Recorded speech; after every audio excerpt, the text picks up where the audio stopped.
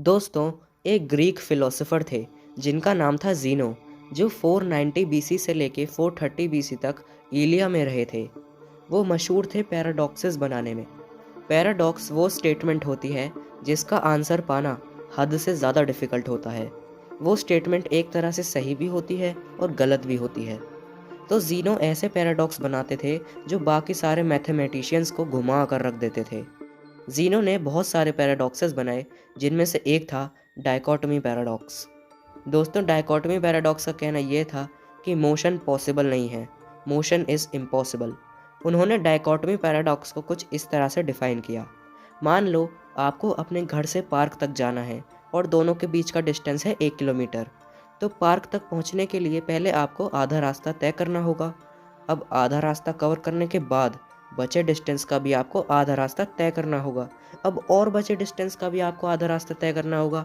अब ऐसे करते करते अगर आप बचे डिस्टेंस को आधा डिवाइड करते चले जाओगे तो इन्फिनाइट डिस्टेंसेस बनेंगे, जिन्हें कवर करने में आपको उतना ही टाइम लगेगा। यानी आप कभी पार्क तक पहुंच ही नहीं पाओगे। बचे डिस्टेंस को डिवाइड करते जाओगे तो एक इन्फिनाइट सीरीज़ बन जाएगी। तो ज़ीनो का कहना यही था कि आप कभी किसी डिज़ायर्ड लोकेशन तक पहुंच ही नहीं सकते, क्योंकि अगर आप उसके डिस्टेंस को हाफ हाफ करते चले जाओगे तो डिस्टेंस इन्फिनाइट हो जाएगा।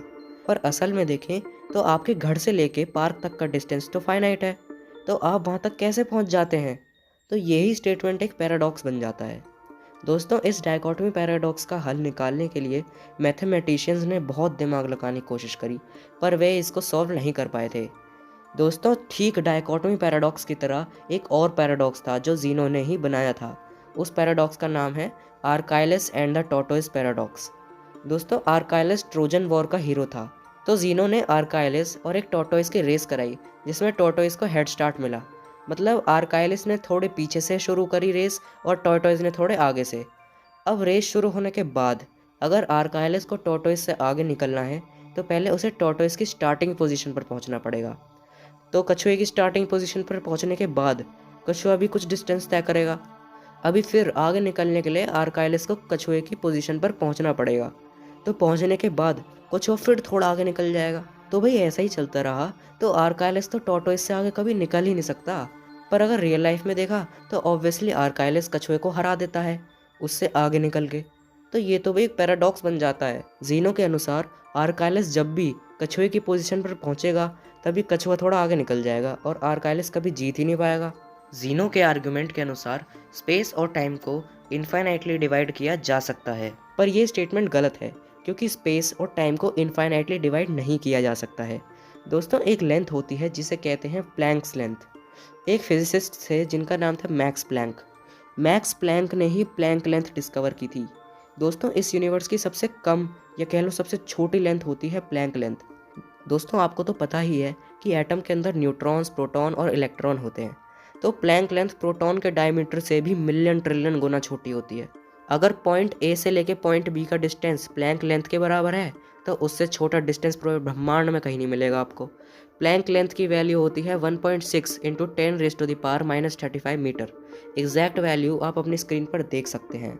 तो दोस्तों, पैराडॉक्स के अनुसार आर्काइलस टॉर्टोइस से आगे नहीं निकल पाएगा, क्योंकि जब आर्काइलस टॉर्टोइस की पोजीशन पर पहुंचेगा तो टॉर्टोइस थोड़ा आगे निकल जाएगा।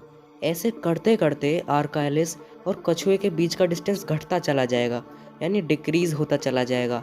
और एक समय ऐसा भी आएगा जब इन दोनों के बीच का डिस्टेंस प्लैंक लेंथ के बराबर होगा। उसी समय आर्काइलस टॉर्टोइस से आगे निकल जाएगा, क्योंकि प्लैंक लेंथ के होने के बाद अब डिस्टेंस को और डिवाइड नहीं किया जा सकता, क्योंकि प्लैंक लेंथ से छोटी लेंथ कोई हो ही नहीं सकती।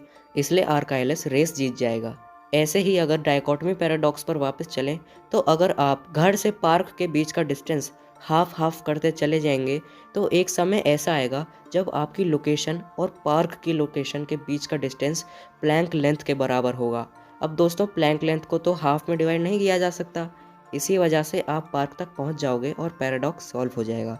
तो डायकोटमी पैराडॉक्स और आर्काइलस एंड द टॉर्टोइस पैराडॉक्स का यही हल है। हालांकि दोस्तों, इस दुनिया में बहुत से लोग ऐसे भी हैं जो प्लैंक लेंथ को नहीं मानते हैं और उनके लिए ये पैराडॉक्सेस अभी भी एक पैराडॉक्स ही बने हुए हैं। दोस्तों, प्लैंक लेंथ की तरह प्लैंक मास, प्लैंक टाइम, प्लैंक एनर्जी भी होते हैं। अगर आप इन पर डिटेल्ड नॉलेज चाहते हैं तो कमेंट करके ज़रूर बताएं। दोस्तों ये वीडियो मैंने ज़्यादा लंबी नहीं बनाई क्योंकि मैं चाहता हूँ कि आपको मोस्ट इम्पॉर्टेंट नॉलेज मिले। एक्स्ट्रा बातें करने का कोई फ़ायदा नहीं था, इसलिए मैंने आपको जीनो के पैराडॉक्सेस और उनका सल्यूशन आपको समझाने की कोशिश करी। और मैं आशा करता हूँ दोस्तों, आपको यह वीडियो समझ आई होगी और आपको कुछ नया सीखने को ज़रूर मिला होगा। अब मैं आपसे मिलूंगा नेक्स्ट टाइम ऐसी ही एक और इंटरेस्टिंग और अमेजिंग वीडियो के साथ। तब तक के लिए stay safe and stay healthy. जय हिंद।